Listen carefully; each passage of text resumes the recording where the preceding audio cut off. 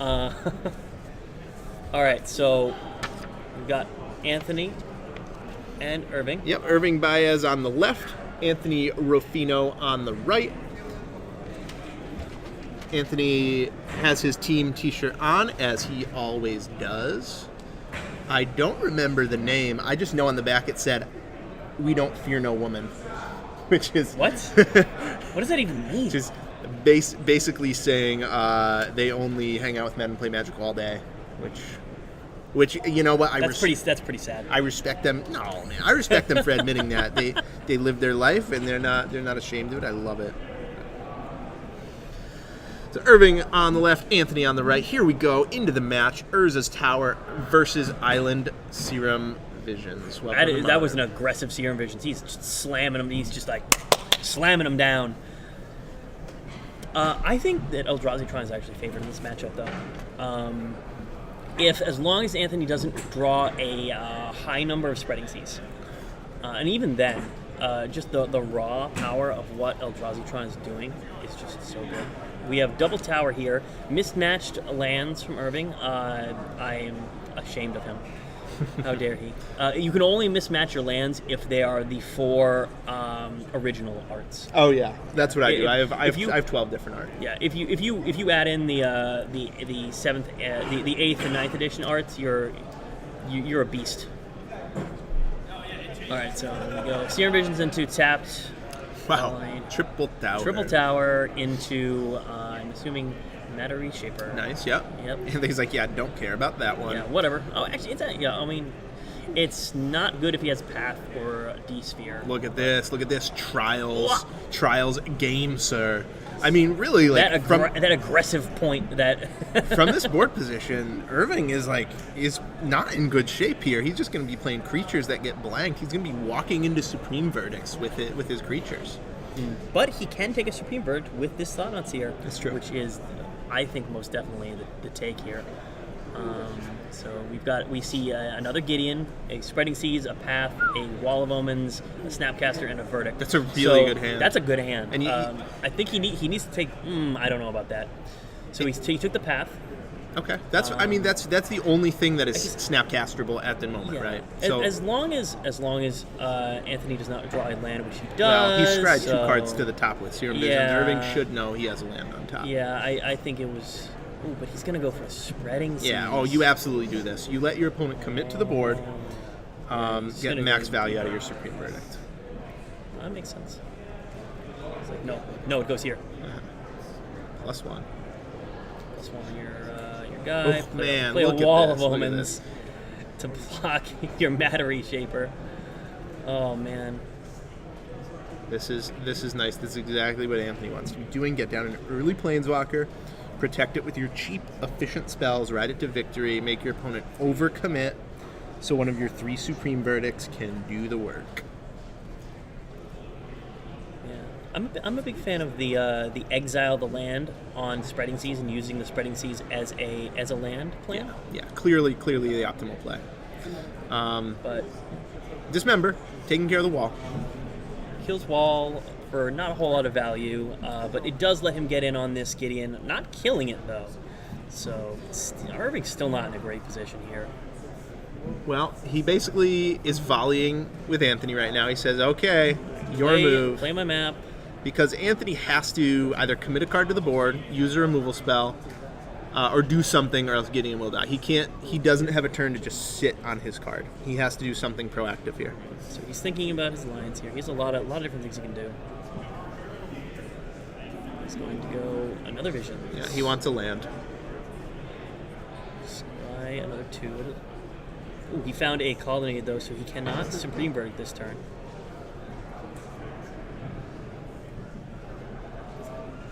So unless he snaps, I guess he's. He's just gonna snap Visions again. Okay. Snap Visions. That seems fine. Yeah, a lot of the play pattern with this blue-white deck is like, get down an early Walker, use a single card in your hand to make your opponent, commit more to the board, use more of his resources, and then you pull the trigger as late as possible on your Supreme Verdict, get max value. Yeah.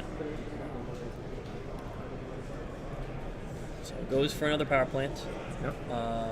If he's smart, he will. If he's able to access another way of finding lands or has a mine in hand, a sequencing thing he should really do is play the mine first, because if he plays the power plant and then mine later, he could potentially get spreading seized on this power plant. If he plays the mine first, then he goes spreading seized on mine, and that's one more power plant still available. Sure.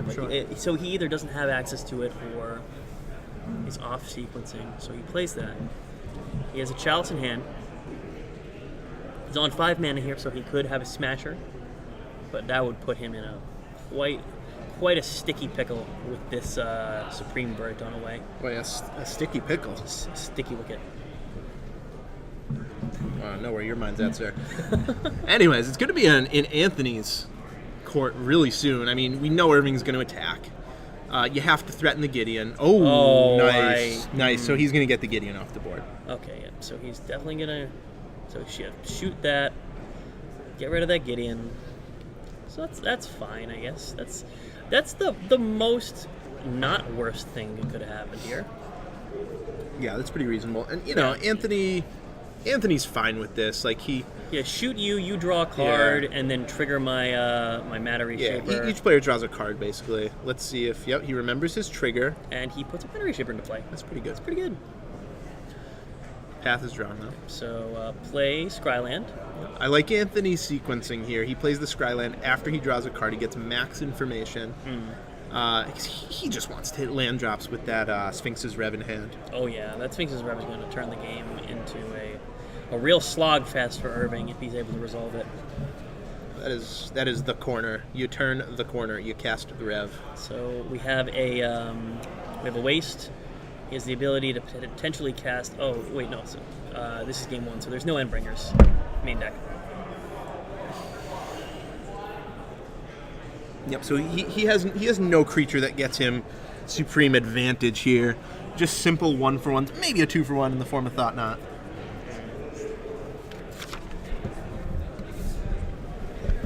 Sure would be awkward if you drew that Ratchet Bomb now. Oh yeah.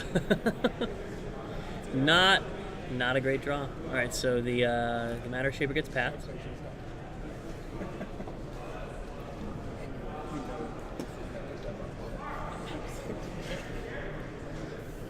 Yeah, that was the attack base. Anthony's still at 19. He has a lot of time here. Yeah. As long as Anthony's still with a Chalice in hand though. That'd be pretty good. I don't know why he didn't cast it earlier for pre-combat. I guess it doesn't really matter to the sequencing here, but yeah, you get max information. Yeah. Honestly, I'm looking at Anthony's deck list, and I can't even tell what's the best number to cast it on. Oh no. Awkward. Whoops. And so he's going to cast this Chalice on 2. Chalice on 2. That's reasonable, right? You stop Snappy. You stop Wall. You stop Spreading Seas. Yeah. That's now, the one thing it doesn't stop is Detention Sphere, which is, I'm sure if Anthony draws it, he will immediately use it on that Chalice. Plays the land. Oh, God, no Gideon Jura. Wow, no Gideon Jura. Really? Oh, no, he's going to rev. He's going to rev for 4. Okay. Interesting to me that he didn't even stop to think about Gideon Jura. Anthony has a lot more experience with blue-white than I do, but when I see an empty board, I slam my Planeswalker. That's just how I play. Well, I mean, so eventually he can, Irving can start ticking up this bomb. I don't know why Irving hasn't ticked this bomb up yet. He should be ticking this up. Oh, and look at me eating my words the very turn after I say I don't know why he doesn't play Gideon. Boom. Cryptic Command targeting Karn. Oh my. That's why I'm back here. That's quite good. Flooded Strand, Hollowed Fountain. I'll give you this. You didn't know the Cryptic was in his hand because it's an expedition.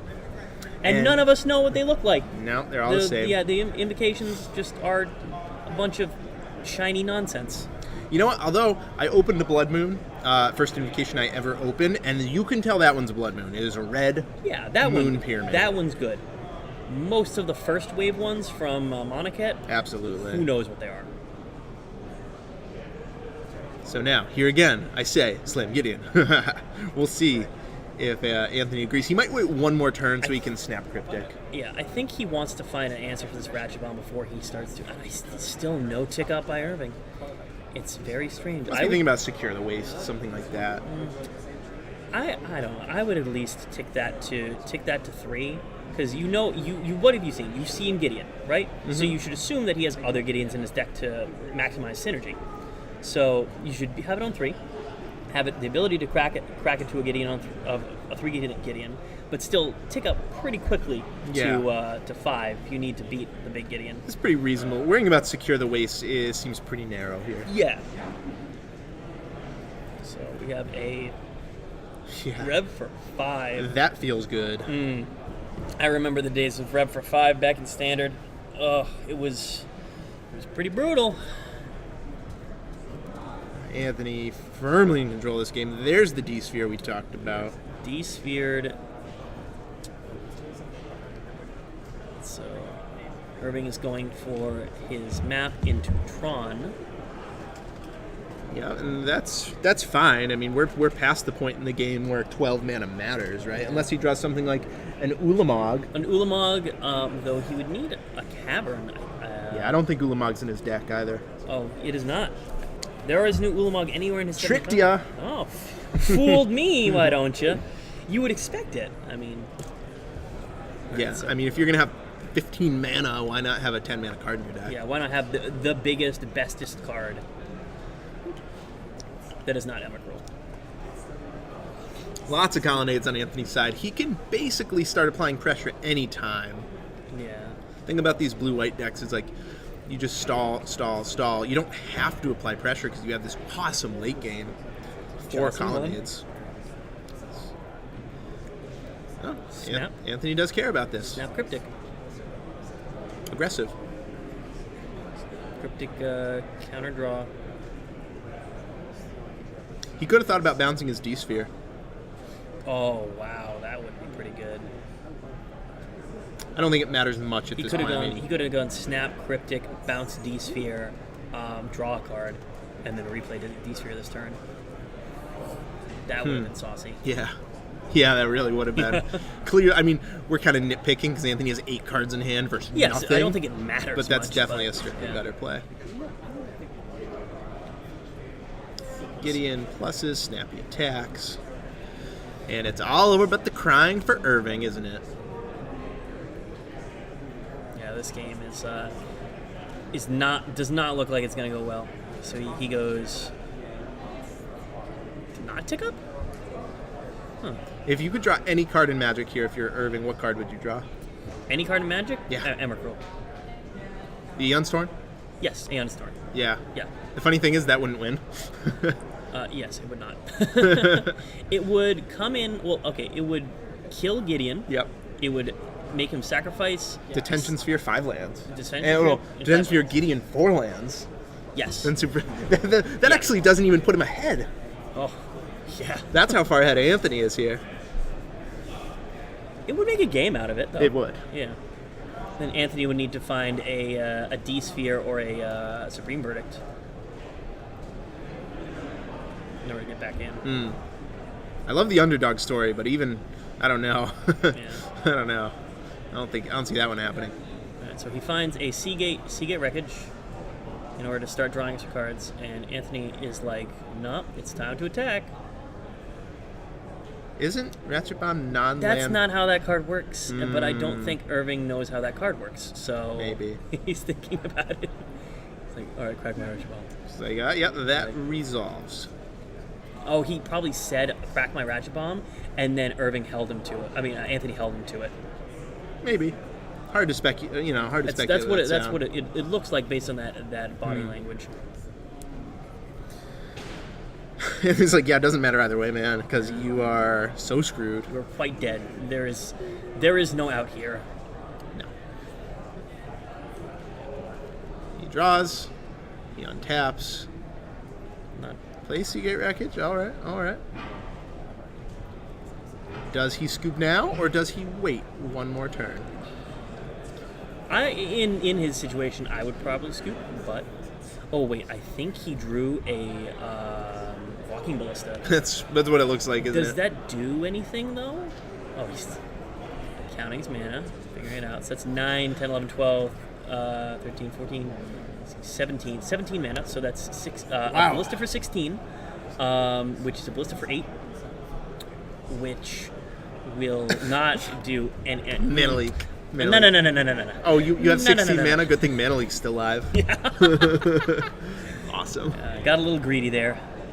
Yeah, they're both having a smile. I mean, even Irving's smiling about that. He knew that even that card, even if it resolved, wouldn't get him back in the game. Yeah, I mean, so what does he do? He kills Snap. He can kill the Colonnade if it's fired up. It will not do anything against Gideon at that stage, unless he's able to untap.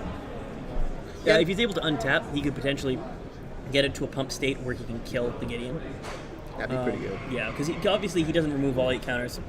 Well, so he would have to cast it for 7, because then he would have 3 mana for Mana Leak up. But At that point, he hadn't even seen Mana Leak yet. You know, Yeah. some decks play 1 Mana Leak. It's like, you just have to go for it, I think, when you're that far behind. Let's look ahead to sideboards here. What do you think on Irving's side? What's he want? He wants Relic of Virginis. He potentially brings in Grafdigger's Cage. I think Endbringer's not great here. It doesn't really do anything when it hits the board. Wormcoil Engine, definitely, because you can lock out Path with a Chalice and then cast a Wormcoil, and then it's very difficult to answer. I think that's Pithing Needle, definitely the Pithing Needle. Pithing Needle definitely comes in. There's a variety of targets for it. The Gideon. The Gideon, The one Colonnade. Gideon 2, Colonnade. Jace Architect, that's pretty good. Even Ghost Quarter, Tech Edge in a pinch, right? Oh yeah, most definitely. So that's cool. In terms of taking stuff out, the Ratchet Bomb, pretty obvious takeout there. Oh yeah, that card didn't work so well game 1. Yeah. So probably should not play The that. Dismember, not impressive. It killed a wall of omens that would have died to the Supreme Verdict anyway, so easy sideboarding for Irving. Trim some of his cards that don't work in the control matchup. Anthony, though, a little more nebulous, right? It's harder to sideboard with the control deck usually, Yeah. because all your cards are set up to beat their Look cards. at this. Okay, so he has Geist State Trap. That seems like a good clock. Crucible of Worlds also seems pretty good. He loop a Ghost Quarter with that. Yep. Negate. That's reasonable. Sure counters a lot of the cards that are hardest for him, because he has Supreme Verdict Path, Snap Path for the creatures, the Karns and all his dusts and things. Those are a little harder to answer. He definitely. I would definitely side that in over Mana Leak. Let's see. Elspeth Sun's Champion's a little slow as a threat. Oh, I think it's great though, right? Because like they strip your Supreme Verdict. They're like, all right, you only has 2 left. You draw an Elspeth. You both wrath them and keep the creature. Yeah, it wraths the 4 and bigger creatures. Something I always forget about with Elspeth. It is slow, though. I just think of it as a 6 mana, make 3 guys every turn, then kill them machine. Let's see. Stony Silence, decent. It's always such a weird place with these sideboard cards, Stony Silence and Rest in Peace. It's like, do you bring them in against the decks that are only marginally hit by them? I never know. I think you do. Because it shuts down Map, it shuts down Mind Stone, and I think that's good enough. Okay, so you're looking to bring in the Stonies. Yeah. Flick is okay. Condemn is okay. Supreme Verdict is okay. The fourth verdict, Yeah, absolutely. Anthony has a lot of things to side in this matchup. Yeah, the difficult part is not what to side in, is what to side out. Because every card in his deck is built to beat the aggressive creature deck, right? Even Spreading Seas, which you might normally side out against an aggro deck, is good against the Tron deck. I mean, geez. LD against Tron, you want that. You can trim like a Think Twice. Yeah, Think Twice is definitely low impact. The Mana Leaks you were thinking? Yeah, definitely Mana Leak. I don't think it's great because when it gets later, like early it's fine, then when it gets later in the game it can be pretty bad. Take out Serum Visions. You can probably trim like 1. Shade the Rev. I don't think you need it. Yeah, you might be right. I mean, it's hard to say if he needed it that game. Definitely Jace comes out, like one Jace, or maybe possibly even 2. Some Wall of Omens. Wall of Omens doesn't really do much. It's fine, but It's good to protect the trials. That's about it. yeah. Yeah, I agree with taking out Jace, and I think you're probably right. You take out the cards that defend the Planeswalkers, and you trim some of the Planeswalkers themselves, because Jace's +1 ability on a Reality Smasher, not that effective. Yeah. Makes it a 4/5. We will see, though, how they sideboarded. Irving lays out his 7 cards. He'll be on play.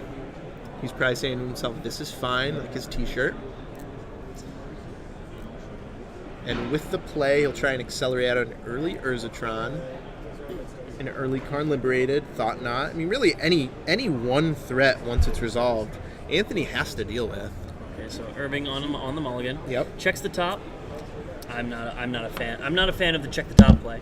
I am a fan of his shirt, though. I'm a fan of combining one of the best animated shows of the last 10 years, Gravity Falls, with the This Is Fine meme.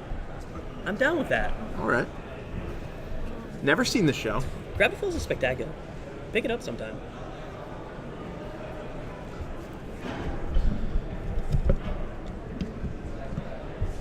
Yeah, shuffling up. It looks like Anthony is also taken... Oh, no, Anthony's on his 7. Anthony is just cutting right now.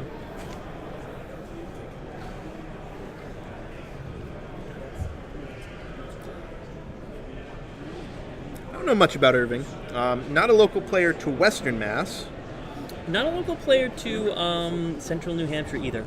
Okay. He's an unknown to us. Okay, so he's going 5 right now. Oof. That's not looking good. That's for him. rough against Yeah. blue-white. Even on the play, it's not great.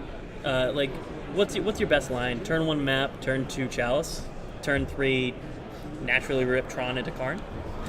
I think you nailed it. Yeah. I don't think that the Chalice is very good against the blue-white deck. They have threats at every part of the curve.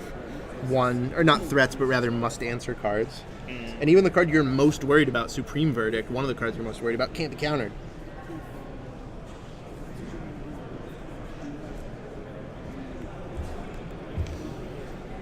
Irving's still smiling. I like his attitude. Though, to be fair, it's hard to not smile when you're talking to Anthony. Jovial guy. Yeah, that's the real thing you gotta remember about competitive Magic, is that some people get so stuck in their own heads about it. You gotta have fun with it. You gotta enjoy what you're doing, and if you don't enjoy what you're doing, why are you playing? Why are you doing it? You know? It's true. We all get salty, but yeah, everyone gets like I get mad when I lose sometimes. You know, it'll happen. But like, you just gotta look at it and say, okay, so why did I lose? Was it my fault? Was it their fault? Was it a rip? Like, you know, what was it? And then you just move on from there. Land go from Irving. Interesting. Into Spreading Seas. Rough. Oh no. Rough. If he was thinking about casting a Thought Knot here next turn, that's not happening now. So it looks like he has a Relic in hand. Relic. 2 mana. All right. Getting the threat on the board. Good old 2 mana 1/1s. Yeah. Elvish Visionary. You are not, sir. Yeah. Condemned here is like, which removal spell do I want to use on this creature? He is content with just blocking it. Yeah. Till the end of the world. Hey, there's the land. It's a Ghost Quarter. It's a Ghost Quarter, but it's a land. It's something. Plays Relic. Passes the turn. Because there's no... Maybe you attack. Maybe you attack here and make them think you have something. Threaten the Mountain Lightning Bolt post-combat. Oh, yeah.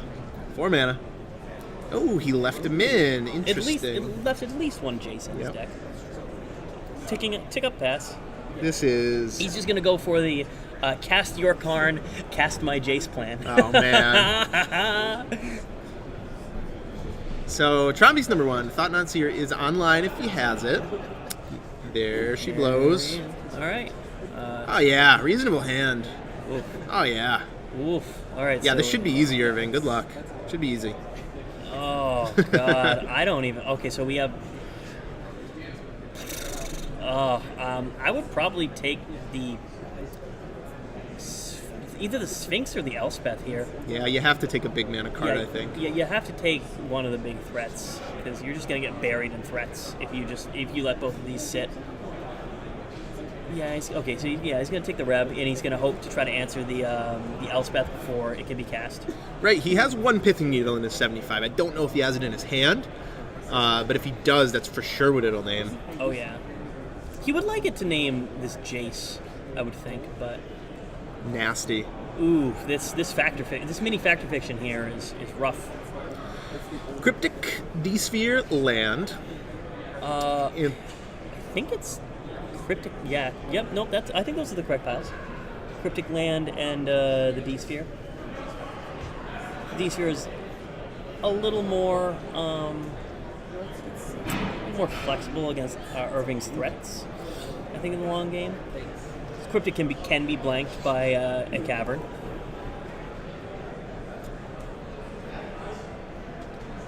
So here we go. Jace versus the world. You got to imagine Wall of Omens will jump in front right now, protect the Jace for one more little foff. Unless it gets condemned. We could just condemn the Thonons here, which seems quite good. This is true. 1 white mana, kill a creature, draw a card. That's pretty good. Yeah.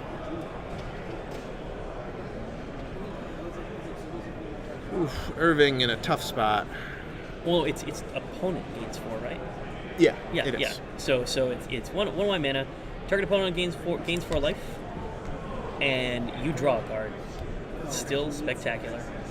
Man. Oh, 3 1/1s. oh, I'm getting war flashbacks from Pharaoh's Standard.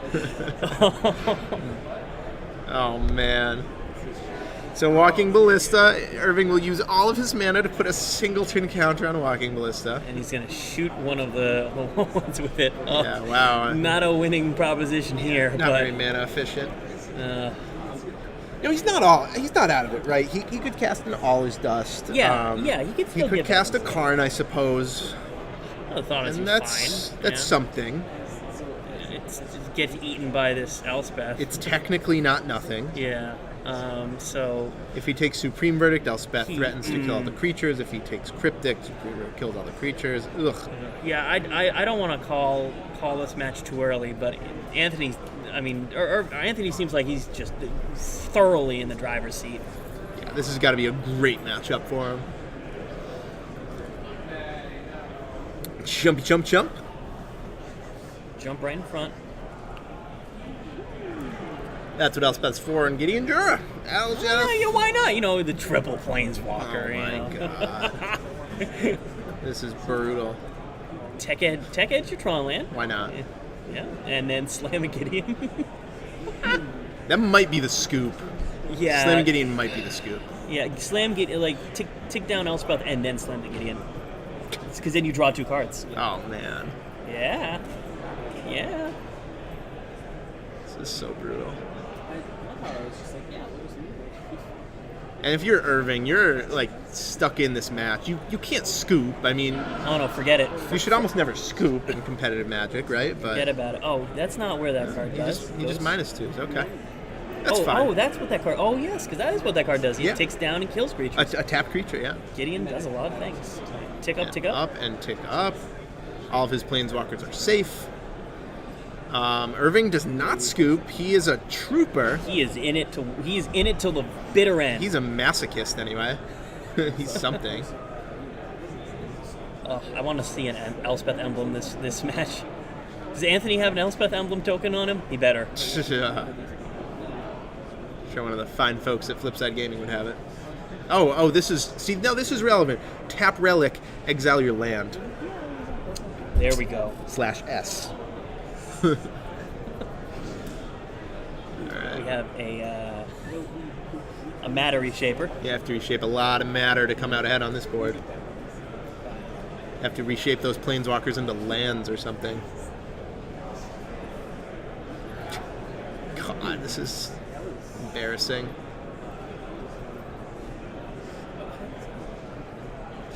A normal version of Tron might have been Anthony here. You were saying that Eldrazi Tron's the best version of Tron. If he was casting Ugins, he might be winning right now. Yeah, that's true. But I still think this is the best version of Tron, just in general. Sure. It's just there is a Surgical. Wow, I didn't expect to see that one. All right. Yeah, that's disappointing. That's Anthony's having fun with this. Surgical is not the card he wanted in this matchup, and it's doing something here, but it's very marginal.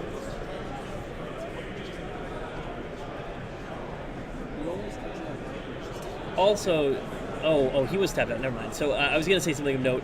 He could crack the relic here, but he was tapped out, and the relic was tapped, so he could not actually.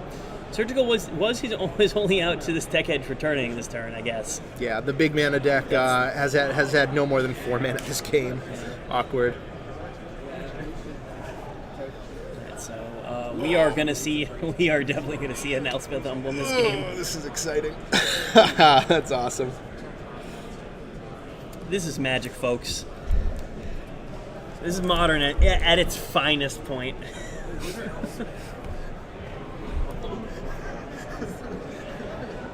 All right, Irving takes another turn.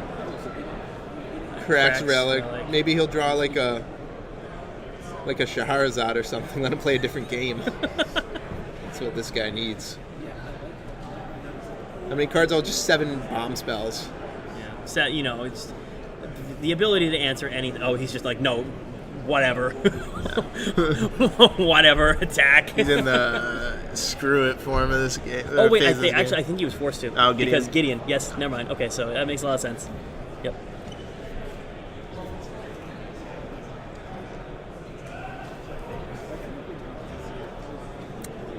Irving's like, maybe he'll accidentally click through his blocking phase. Oh, wait, it's not Magic Online. We can always hope that he times out in real life. Yeah, it's true. I guess his plan right now is brain aneurysm, or a meteorite could hit him. Yeah. Also a possibility. I mean, Anthony has his back to the wall, so if that wall were to crumble, it might only hurt Anthony. Yeah, there are outs. Yeah, play to your outs. This is fine. Yeah. What a great shirt to wear when you're getting destroyed. It's actual, perfect shirt right now. Chalcen won. Got him. Nice. Here we go. Are you ready for the Elspeth ult? How much is that? Boom. That's, 1, 2, 3, 4, 5, 6, 7, 8, 9, 10, 11, 12, That's 13, 14, the scoop. Yep, that's exactly 18 in the air. Nice. So congratulations, Anthony. You killed him. You probably made Irving just quit Magic, man. That was brutal. Actually, if you look at Irving's face, he's still in a good mood. Yeah, he's fine. Yeah, I detect no elements of salt. I mean, in those matches, you can't do anything. It's what is there to do but just be happy? Yeah, just let your opponent do their thing and have fun with it. Yeah. See, I would normally scoop there, but you gotta let your opponent have fun too. I used to be a guy who scooped all the time when I was, a lock to be dead, but now I just let my opponent have fun. You know what? He's comboing off. This is what he came to do. It doesn't cost me anything to let him combo off, so why not let him combo off? Yeah, no, it makes sense.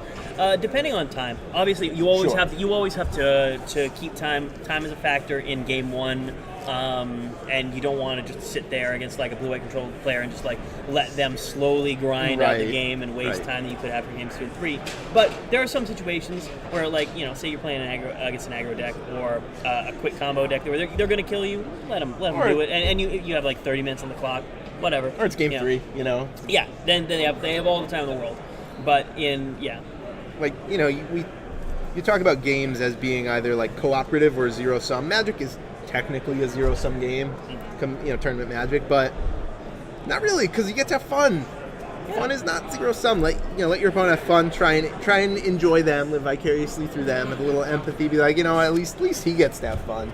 He's knocking me out of this tournament, but he gets to have fun. That's something. Unless you're the last match of the tournament. If you're playing a tournament, everyone's waiting for you to finish. Everyone just wants to go home. Their heads in their hands, Dan, scoop, please. Down. Yeah. I'll scoop down. I'll scoop down. Or you're like me in the finals of a PPTQ. My friend drove down with me. He lost. I think he made like 10th place or something. Okay. And I'm in top 8. This is Oath standard, I believe. I am playing Black-White Control, and my opponent is also playing Black-White Control. This is top 4. Sounds visible. And we sit there and play an hour and a half mirror. It's some of the best Magic I've ever played. It was incredibly fun for me. Not fun for anyone else. Yeah, in that room. no one Everyone watching. else was very upset. They were like, The other person in the finals is just waiting, waiting he to play. sat there waiting to beat me with ramp. Yeah. And Guy, he did? Oh yeah, Guy's revenge. What's that, a 9-5? Yeah, that's a 9-5 Ooh. haste. And pro black. Those are some stats, man. Yeah.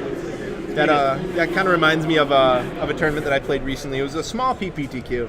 The Swiss rounds, I think it was a 5-round tournament. The Swiss rounds went really fast. They took only like 4 hours, but the top 8 was a 4.5-hour top 8. It was just like, it was brutal. Oh Christ! But we have Anthony ready for an interview. He really wants to talk about his blue-white deck. I know. I'm sure he does. He loves it. So I'm gonna ask you to step out of the booth. I'm gonna let him punish you about this. Thank you. I mean, I might.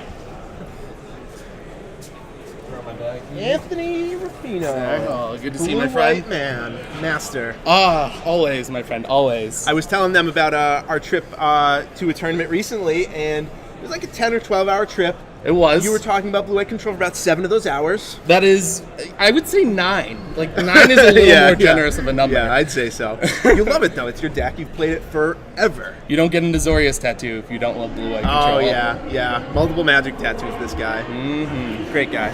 We're moving in. Ooh, we're gonna snuggle. Here there we go. Hello. So tell me about blue-white. It is very well positioned in the metagame of Modern right now. Yep. You know, everyone knows the boogeyman is clearly Death Shadow, so you know a lot of people have jumped onto blue-white. You know, I saw a lot of it in the room because Supreme Verdict is an absolute beating. Yeah, I mean, can't counter it. Can't do either of those. Can't stubborn denial. You know, that's the big thing. You know, I typically don't lose to Death Shadow. Okay.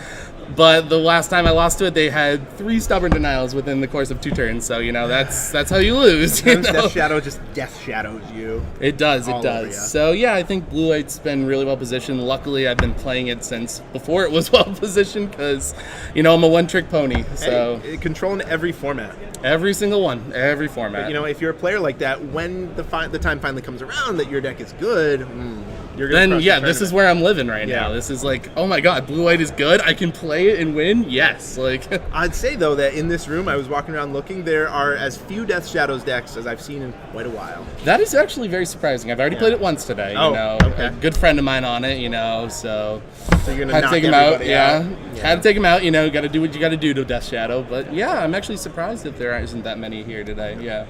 Maybe people are like, it was clearly the best deck for a while, but now that everyone is switching gears to beat it, maybe not. Maybe not. Maybe not. What But beats you? Lantern Control is pretty much unwinnable. Okay. Last time I played Lantern, which was PPTQ last weekend, I knew he was on it. Game 1, we took our 7. You know, he kept, I kept. I go, concede. Just can't give him the info. Like, still lost the match, obviously. sure. Unwinnable. Other than that, I would say the Collected Company decks are pretty brutal. You know, the value creatures backed up by, you know, Collected Company, your face Instant off. speed. Yeah. They're pretty hard matchup, you know, and if you don't have Path to Exile, you can just get turn 3, you know, it happens. So, other than that, you know, I would say those are your 2 major ones, and then Storm is a pretty big one, but, you know, you're seeing a lot less of that. That's a short list. I feel if you're a good enough, you know, blue-white control player, you can kind of, you know, play through a lot of things. You know, of course, as control is, you know, you can always draw the wrong half of your deck and lose, you know, and that happens. But other than that, you know, I feel it's got game for everything. Yeah. You know? I mean, I really like your list, too. Like, this is clearly a lot of tuning. Like, sometimes you see decks that are like all ones and twos. You're like, this guy doesn't know what he's doing. I know you do. So I know you, that you do. Like, can you talk me through how you sideboarded against him? Against the Eldrazi? Sure. So against Eldrazi Tron, you know, your big plan is try to keep them off Tron, try to keep them off the, you know, Eldrazi temples, because they can, if they have a fast start, you know, it's very hard to beat them, you know, and they go Thought Not Seer turn 2 into the Reality Smasher. It's like, oh, do I have Verdict or I'm dead? Like, and yeah. Thought Not probably took your Verdict. Yes, absolutely. Yeah, if I didn't draw it off the top, I'm dead. So typically with them, Crucible of Worlds comes in. That's to really keep them. You have 4 land destruction lands between 2 Ghost Quarter, 2 Tectonic Edge. So really kind of keeping them off. Keeping them disrupted, keeping them low on lands. They only play 2 basics, so Ghost Quarter you can eventually get them out of the game. Old school strip mine style. Negate comes in because most of their cards that you're actually scared of are all non-creature spells. Karn can't resolve. Chalice, as you guys might have seen on the first match, he put it on 2, which is actually correct. A lot of people think, put it on 1. That's going to get them. That's their default. But it's honestly not that great. I mean, it gets your paths, it gets your Serum Visions, but Snapcaster Mage, Negate. You've already cast all those 1-drops by then. Your 2-drops are where your power is. I even in that game had to kind of get it out of there because it was just crippling me too much. So Negate's in there to kind of take out all their big spells that are going to kill you. All his dust. Of course. Condemn. It's another just kill a big thing kind of cheap card. Removal. Elspeth Sun's Champion because nothing goes over the top of Elspeth. She's the best card. I bring her in almost most matchups because she's just unwinnable once she hits board. So how about this? What did you take out of your deck? That's what we couldn't figure out. So I actually take out Mana Leak. I think Mana Leak is, especially on the draw, it's a little worse on the draw. Also, if they get big mana, I mean, wow, you've got Mana Leak, you're dead. They cast Walking Ballista for 8. Yeah, it's pretty brutal. I kind of do a controversial move on this. I board out Snapcaster Mage. Oh, wow. Because it's only 2 of in the deck, and that's really there to hit your Path to Exiles. And, sometimes it's a Supreme Verdict, sometimes it's a Sphinx's Rev or a Serum Visions, but, mostly it's Path. And honestly, I like to I think on my head next level them to the point because I know they bring in, my opponent even showed me post-match, he brought in Grafdigger's Cage and Relic Progenitus. Oh, that's nice. So I'm like, well, one, I only have 2 in the deck, so I'm not heavily on Snapcaster anyways, but they're gone, so that's fine. You have to imagine they might Chalice for 1, too, and that also shuts down a lot of the snaps. Yeah, exactly. And it's 1 less Chalice for 2 target. Yeah. I also boarded out 1 Wall of Omens because it's good as a 1. You kind of just block some early game stuff from them, but it doesn't obviously do well against Thought Knot or especially Reality Smasher. And I boarded out 1 of the Jaces because 1 Jace is fine. It's good if you can land it late game. Obviously it did work in that game, but it's a little worse, especially when you're behind. Like, Jace is so terrible to draw. So, especially with him on the play, I like to take 1 out. And I'm trying to see what else I took out from my list. I think that was it Think mostly. Twice Yeah. I think I might have taken out Think Twice. I don't remember 100%. Nothing card, basically. Yeah, basically nothing cards. I mean, the big cards against them is Gideon Jura and Gideon of the Trials. Gideon of the Trials is absolute all-star, and, a lot of people get weirded out when they see Gideon of the Trials. Best card in the deck, hands down. Yeah. He wins that card is so many matches in the meta, against every deck, not every deck, but most of the decks, he's gonna do a lot of work. That's sick, man. Well, if they want to find out more, the viewers want to find out more about you and the deck, I know you wrote a tournament report / I did.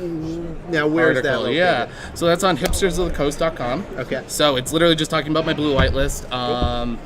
Talking about the changes I made, or the list I played at the Open because I top 16 the Richmond Open with 11th. this deck. Yeah, So close. 11th. So yes, close. my breakers were so bad. I could have, if I won out, I thought I could make it, but my breakers were the worst in the bunch, so didn't get there. But this tournament, though, you're 3-0. We're gonna try. We're gonna try. Go play round 4 and win the tournament, man. That's the hope. Good Definitely, luck. man. Take it easy. Thanks. All right, we're gonna get Dylan back in here. And I don't think we're going to go to a break here because you know what? We have a round 4 coming up really soon. I know it says 4 minutes right there, 5 minutes, but the feature match had a little extra time. We are -1 minutes into the round right now. Great guy, Anthony. He's a clinician by trade, social worker. Helps people, helps children all day, every day for his job. So it's nice to see a good guy of Magic. It's really cool. I've seen Anthony around for years.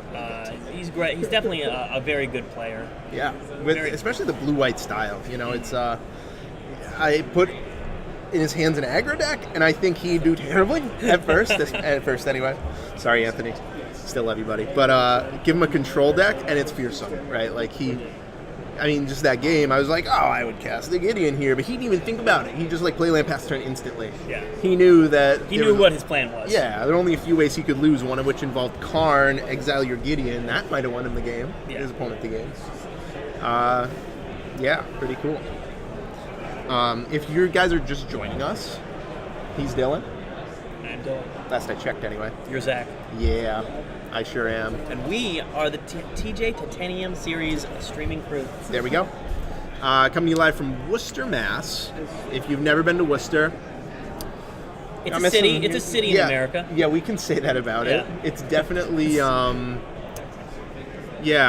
has highways running through it. Yep. There are places you can eat. Highways, places. The Kenmore Diner. I recommend the Kenmore Diner. I recommend not walking around at night.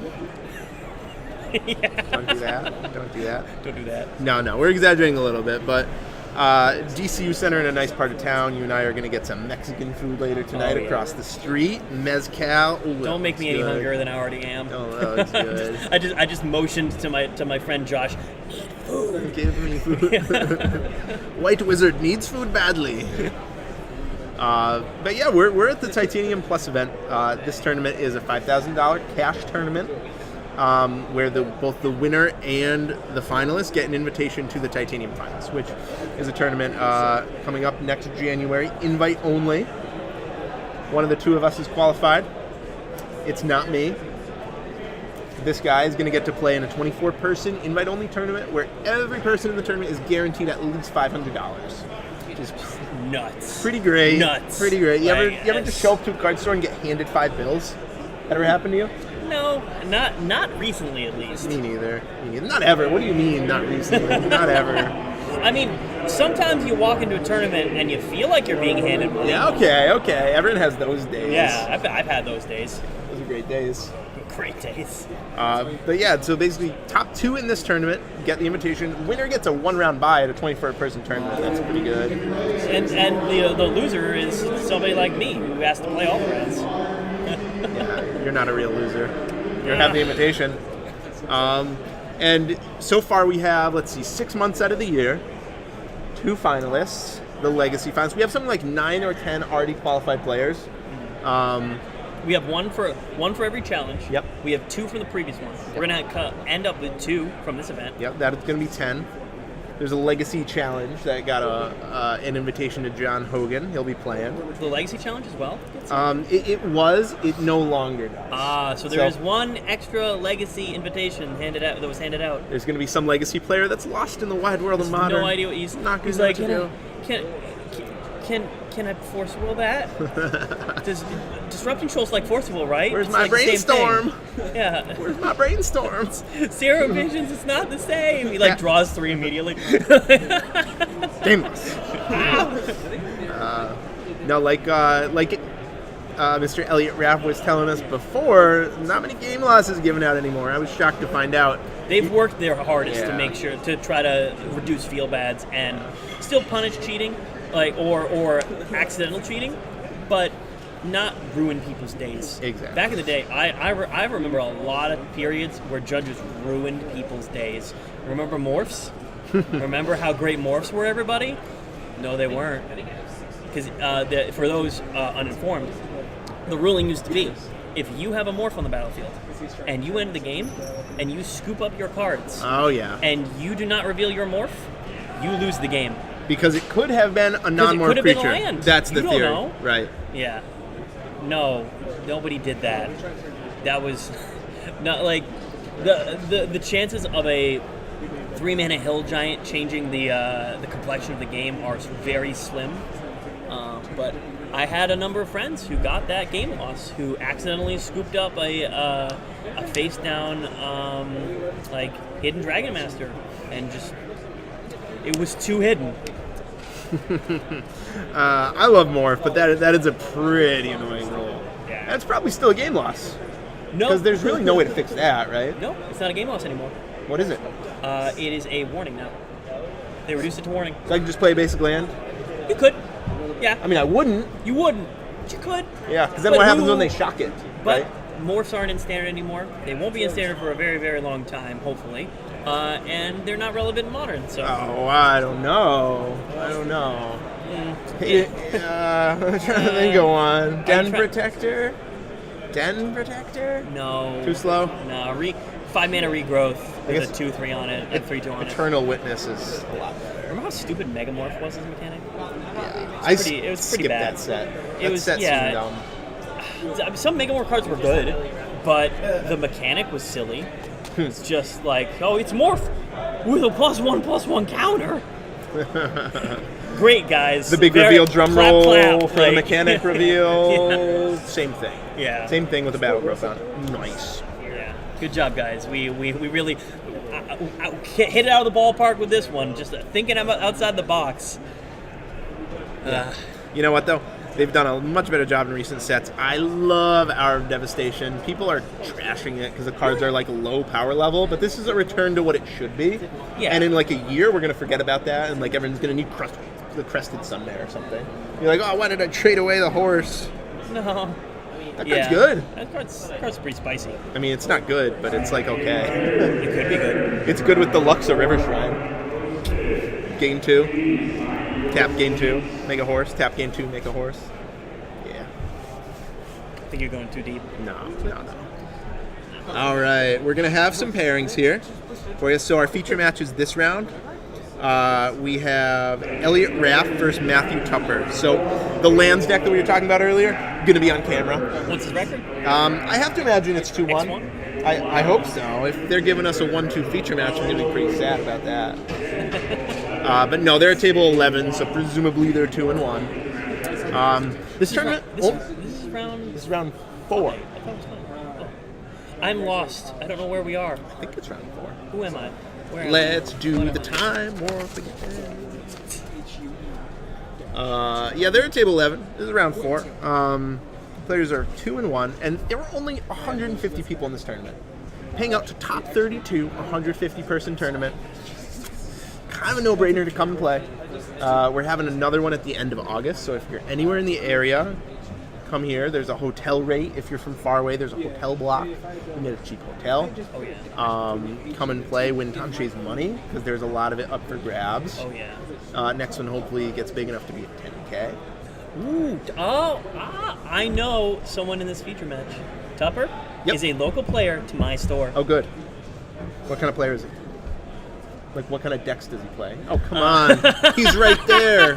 He'll see this later and he'll get it all on me. But he jumps around. He plays a lot of different things. Nice. So do you know what modern deck he I do not favors? off the top of my head. That's He's okay. playing today. That's suspense. Suspense is killing me. Chat, what do you think? You think he's playing Lanterns? I hope so. I hope so. Lantern, one of my pet decks. I'm gonna put it back. Like I de-sleeved it in a fit of rage when I did badly, but I'm gonna put it back together because it's just so much fun. It is sick, and sometimes it just that's most decks though. That's most just decks in Magic. Sometimes it just absolutely destroys you just by virtue of being that deck, and sometimes you just sweep a tournament because you were playing that deck. Yeah. That's how it goes. Modern is a lot about matchups. Like, you have to imagine if Elliot and his Life from the Loam deck gets paired against the Scrad Red deck that has main deck Relic of Progenitus, he's going to lose. But that's why Modern, it's like you want to play a lot of Modern terms. You want to play the same deck in a lot of events to realize your true potential in Modern, your true win rate, because it's like any one tournament you can just get hosed by matchups. And this is true in every format, but none more so than Modern. It's not. Also, I would say it's not just about. It is about playing your own deck over and over again, but it's also about playing Modern. Like just knowing Modern and knowing how decks work, knowing how matchups work. That's how you play Magic. Yeah. That's how you play it. And oh no, What do we got? Tupper. He is The Aeon's torn. on the old Xenagos combo Tooth and Nail deck. Wow. So walk us through this deck, because I have never seen this deck before. Xenagos. So this is a ramp deck featuring. It is a green-red ramp deck featuring Primeval Titan. Okay. It goes super deep with things like Harmonize and Gork Wild Speaker to create as much mana as possible. Things like Utopia Sprawl with Arbor Elf combo. I see Voyaging Satyr in there to untap your land. Ooh, yes, Voyaging Satyr on your land with Overgrowth or Utopia Sprawl on it. Crazy, okay. Main deck Blood Moons, main deck Primal Commands. This deck is wild. That's pretty cool, man. It is wild. Tupper has... So Tupper's record at our FNMs is a little... It's all over the place. Sometimes he'll 4-0, sometimes he'll 0-4. But today seems like an 0-4 day for Tupper. Really? Because he's 2-1 right now. He's in 2-1 right now with this deck. At the biggest tournament you can possibly be at in the Northeast right now. So good on Tupper. Yeah. I hope to see him just do insane things with the deck. So the combo is you go big ramp and then you have all these top end threats, right? Like Primeval Titan, Hornet Queen, Ulamog, and Emrakul. And the true combo is you go Tooth and Nail. Okay. And then you go Entwine. And you go get my Emrakul, get my Xenagos, give my Emrakul haste, make it a 30-30, attack you. That's goofy, man. Oh, it's so goofy, but it's so sick. Okay. This is why I play Magic right here. Fair enough. I hope we see it happen. Oh, I want it to happen. And I so think bad. we will, because Elliot's playing a fair deck, right? He's not playing blue-white to counter all the spells. He's not playing Dredge to kill you on turn 3. He's playing Life from the Loam Molten Vortex combo. We're going to see a Tooth and Nail this round. Now, it's going to happen. He has done a deck tech, and that will be up at some point later today. We're going to be showing that during one of our breaks, maybe before top 8. We'll see. But he's playing like Seismic Assault and Molten Vortex. So he has 6 enchantments that can just throw lands at the opponent. Basically discard a land card to deal 2 damage to the opponent. Jeez. Or a creature, but it's probably going to be the opponent. Yeah. To back these cards up, he has Life from the Loam. Got to be the most important card in the deck. Yeah. To flip Life from the Loam in his graveyard, he has Commune with the Gods. It's like reveal the top 5, or look at the top 5 cards. You can find, what, a land or creature? It is land, creature, or enchantment. Land, creature, enchantment. Okay, so I can find the Moon Vortex. That's pretty nice. Oh, yes it can. Faithless Looting to discard the Life from the Loam, dredge it in turn. Countryside Crusher. Do you know this card? I know this card. This is a 3-mana, 3/3, correct? Yes, 3/3. That whenever it attacks... During your upkeep. No. Oh, yes. During your upkeep, you flip cards from the top of your deck, and until you hit a non-land card. Exactly. And then you put the non-land card in your hand, and the land's in your graveyard. Yeah, all the other cards in your graveyard. And so it gets +1/+1 for each land in your graveyard. basically, it's like you were never going to draw a land again, which is usually a downside for a lot of decks, right? Because like they want to go above 3 mana, but for this deck Not that has when you have Life Alone in your deck. Exactly. This is the perfect card for him. One of his only creatures, he has 4 Crusher and 1 Eternal Witness. Really not much. Eternal Witness to dig back some value, get a key card back from his graveyard. We haven't even talked about kind of another part of his deck that has gone under the radar, for Valakut the Molten Pinnacle. He's playing a Valakut deck without Primeval Titan, which is not something I thought I'd ever say. Yeah.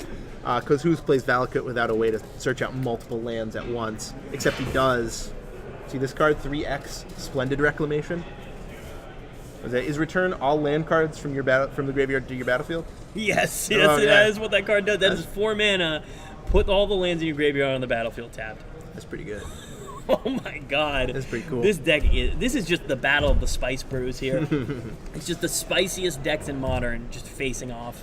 This his Blood Moons, rather Tupper's Blood Moons, are not going to do much because They are actually they are good. Well, they're good against the Valakut, right? It stops the Valakut. It stops the Valakut. Yeah. This is true. But he has 6 basic mountains, so it won't just be like a lock you out of the game. Yeah, it doesn't shut you down. It does something.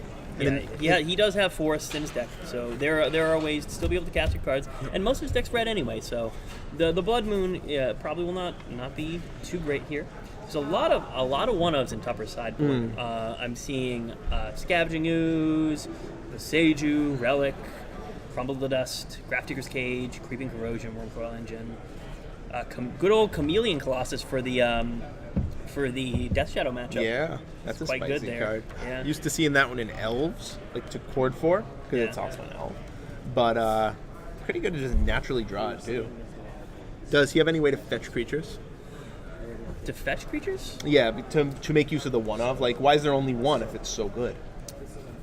Tooth and Nail. Ah. That fetches 2 and puts him into play when entwined. I'd rather get Hemrickle. Maybe you want Chameleon Colossus and Emrakul. Oh, that's win more. Talk about win more. Huh? That is the play of the day to win more with this deck. This is exciting. Elliot, a judge, is Matt Tupper a local judge or no? No, he is not a local judge on yet. Yeah, but okay. You trying to get everyone on that train?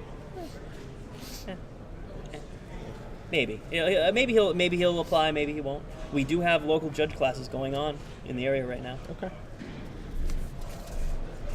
So his ideal turn 1, right?